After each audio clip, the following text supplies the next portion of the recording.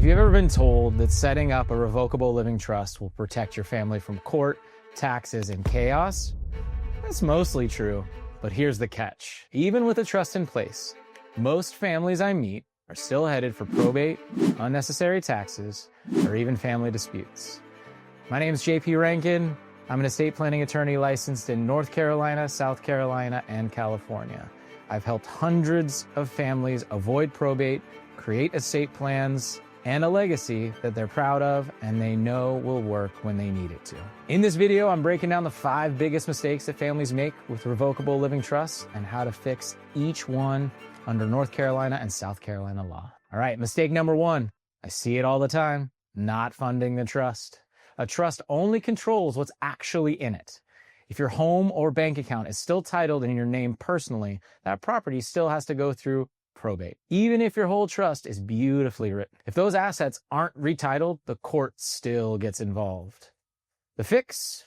Retitle your home and bank accounts into the name of your trust. For example, John and Jane Doe, trustees of the Doe Revocable Living Trust, dated October 15th, 2025. That one step can save your family 6 months to a year of probate court. Mistake number 2. Ooh, this is a good one. Naming the wrong trustee. Your trustee controls everything when you're gone or incapacitated. It's in the name. You have to trust the person to do the things that you want them to do. I see this mistake all the time. People just name their oldest child because they're the oldest. But if that person's disorganized, impulsive, not detail-oriented, your trust could fall apart.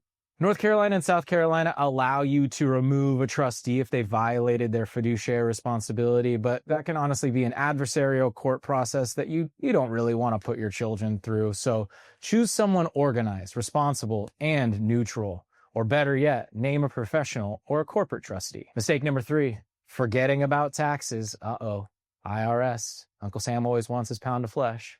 A revocable trust doesn't avoid estate tax because under the IRS code, specifically Section 2038, any assets you still control are included in your taxable estate. And guess what? That revocable trust, you can revoke it, so you control the assets that are in it. The good news, you still get a step-up in basis under Section 1014 when you die. But you can't shelter your assets from estate tax or creditors using a revocable trust. So to fix that, married couples often add a credit shelter trust or disclaimer trust, which North Carolina and South Carolina both recognize under the Uniform Trust Code. That can save millions in tax exposure for high net worth estates. Mistake number 4, not updating the trust.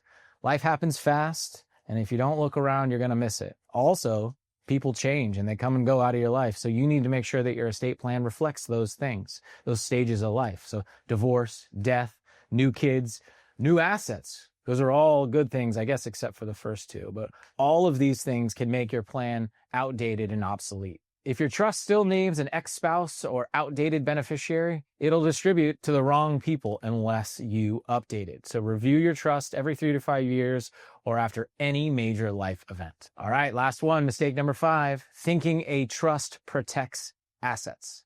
This one's huge. A revocable trust is not an asset protection tool.